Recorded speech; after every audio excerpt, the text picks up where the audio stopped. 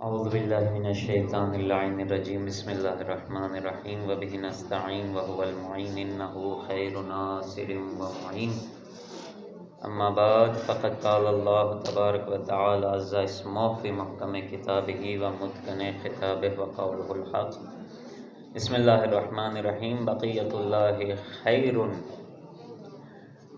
پروردگار خداوند متعال اپنی لا ریب کتاب میں ارشاد فرماتا ہے کہ بقیت اللہ، جسے اللہ نے باقی رکھا ہے، وہ کل کا کل خیر ہے۔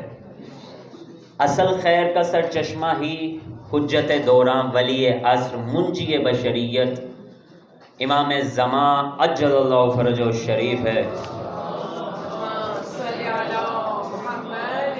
آقا کی ذات مقدس والا اس قدر بلند ہے، اتنی بلند ہے کہ جس قدر بھی گفتگو کی جائے وہ کم ہے۔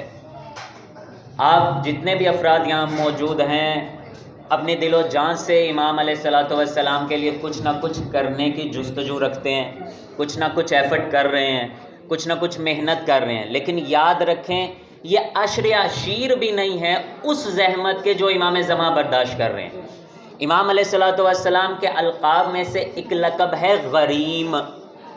غریم کسے کہتے ہیں؟ غریم اسے کہا جاتا ہے کہ جو اللہ نے جس پہ فرض عائد کیا ہے وہ بے چین ہے وہ فرض ادا کرنے کے لیے۔ اب امام علیہ الصلوۃ والسلام انتظار میں ہے کہ وہ فرض، الہی فرض جو اللہ نے مجھ پہ عائد کیا ہے میں وہ کسی طرح سے ادا کر دوں۔ اب وہ فرض کیسے ادا ہوگا؟ وہ فرض ادا ہوگا آپ کی اور میری جستجو سے۔ ہم جتنی بھی کوشش کریں، مثلا یہاں پہ جتنے بھی افراد کی پذیرائی کی گئی، تحائف دیے گئے، حوصلہ افزائی کی گئی، میرے خیال میں ہم ابھی بھی کچھ نہیں کر رہے، کیونکہ ابھی بھی ہم میں کے گرد میں ہیں۔ میرا ادارہ، میری برانچ، میرا سکول، میرا گھر، میرے افراد، میرے بچے، میری بیوی، میرا شوہر، یہ میں کے گرد ہیں۔ اس میں کو ختم کر کے امام زمان علیہ الصلوۃ والسلام کے لیے خالص اور پیور ہونا ہے، جس کی آج کی شب ہے، نیمہ شبان آج رات آپ پائیں گے، اور اس رات میں اپنے قلب کو امام زمان علیہ الصلوۃ والسلام کو دینا ہے کہ مولا یہ دل لے لیں، اس دل کو جیسے آپ چاہتے ہیں ویسا بنا کے مجھے دے دیں۔ چونکہ مناجات شبانیہ کا ایک جملہ ہے، وہ کیا ہے کہ پروردگار وہ طمع جو میری تجھ سے منسلک ہے اسے ختم نہ ہونے دے۔ ہمیں طمع ہے نا پروردگار سے کہ پروردگار جو امام زمان کے لطف اور عنایات ہم پہ برس رہے ہیں وہ ختم نہ ہو، کبھی بھی ختم نہ ہو۔ تو امام زمان علیہ الصلوۃ والسلام کے لیے بہت کچھ کرنے کی ضرورت ہے، اپنے گھروں میں، اپنے بچوں میں، اولاد میں تربیت، خاص کر کے اہمیت کے حامل ہے۔ اکثر طور پہ سوچا جاتا ہے جی 313 افراد ہی مولا کوئی پورے نہیں ہو رہے۔ بھی 313 افراد صرف بات نہیں ہے، 313 افراد کے ساتھ ساتھ ان 313 افراد کے آگے 1000 بندہ ہے، اس 1000 بندے کے ماتحت 10 ہزار بندہ ہے۔ 313 مولا کو مل گئے ہوئے ہیں، آگے 1000 بندہ کمیٹیڈ نہیں ہے، آگے سے 10,000 بندہ تیار نہیں ہے، آگے سے کسی میں یہ جستجو نہیں ہے بھی نہیں میری نیند، میرا آرام، میرا سکون امام پہ قربان ہے۔ آج کی رات صرف آخری بات ایک مشق ہے جو کیجئے گا، جہاں بھی اعمال انجام دیے جائیں آپ اعمال انجام دیں، دعائے کمیل کی تلاوت کریں، نماز جعفر تیار ادا کریں، مناجات شبانیہ، صلوات شبانیہ، جو بھی اعمال آپ انجام دیں صرف ایک لحظے کا سکوت اختیار کیجئے گا، مصلی پہ ہوں، عبادت انجام دے رہے ہوں، اور وہ کام کیجئے گا جو سعید نے کیا تھا۔ سعید ابن عبداللہ اور زہیر، سعید و زہیر یہ وہ ہیں کہ جن کے بارے میں شاعر کہتا ہے سعید و امام پیچھے، سعید و زہیر آگے ہیں، یہ ہے نماز عشق با اقتدائے حسین۔ حسین علیہ الصلوۃ والسلام پیچھے کرے ہیں، سعید و زہیر آگے ہیں۔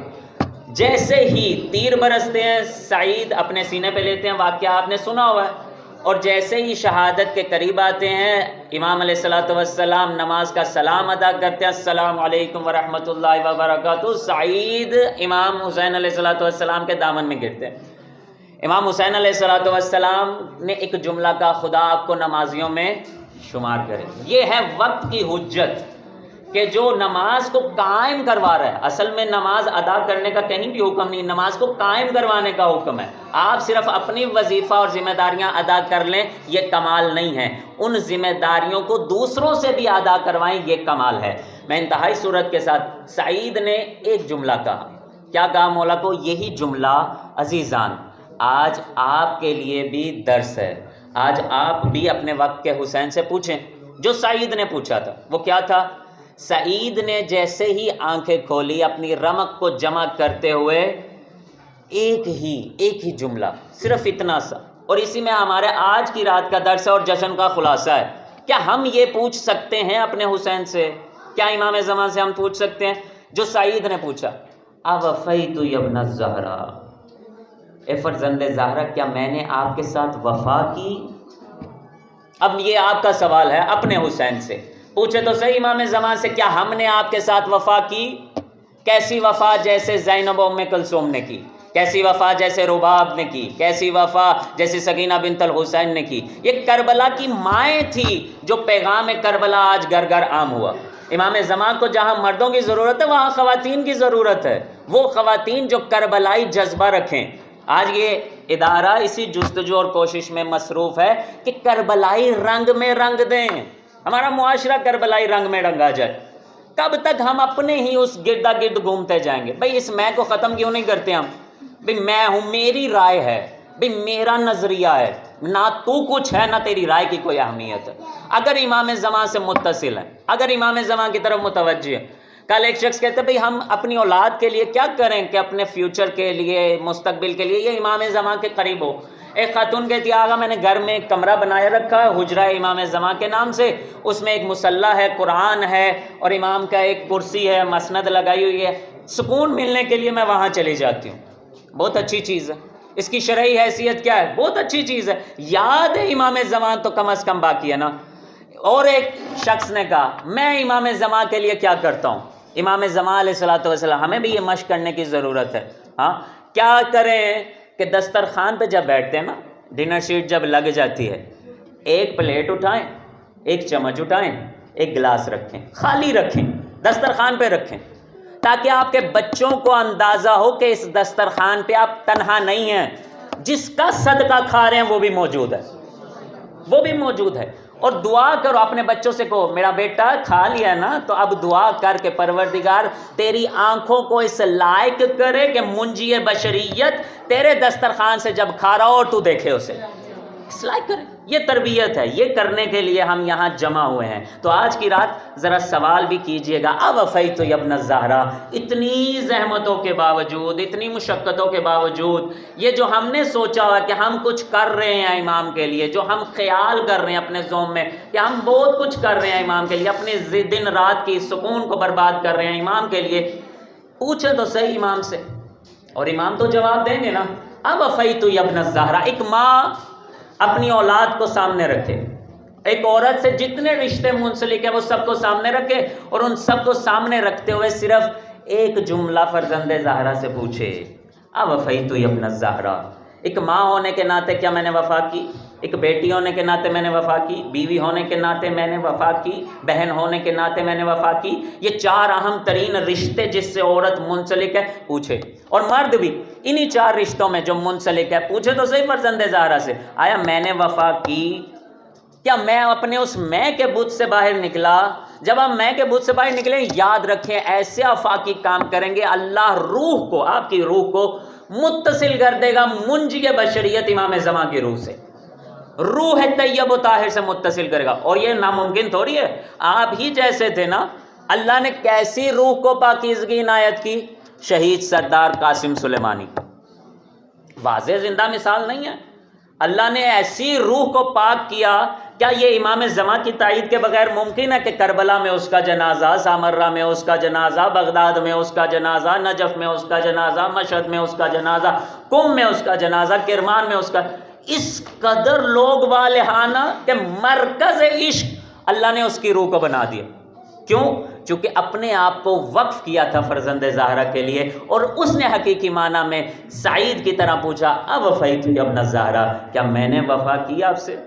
بس عزیزان یہی ہے کہ منجی بشریت کے لیے ہم جتنا بھی کریں، ابھی ہم خواب غفلت میں کہ ہم خام خیالی میں ہیں کہ ہم بہت کچھ کر رہے ہیں، کچھ نہیں کر رہے، کچھ نہیں۔ اگر کچھ کر رہے ہوتے نا تو واقعاً یقین جانیں امام علیہ الصلوۃ والسلام کے دل کو خوشی ہوتی۔ آخری بات اور آپ کی میں زحمتیں تمام کروں گا، آیت اللہ عبد الکریم کشمیری وہ فرماتے ہیں، ان سے کسی نے پوچھا کیا وجہ ہے کہ عصر جمعہ جوں جوں ڈل رہی ہوتی ہے دل مغموم ہونا شروع ہو جاتے ہیں، ایسے ہی عجیب سے بےتابی، ٹینشن، اضطراب، پریشانی، اس کی وجہ کیا ہے؟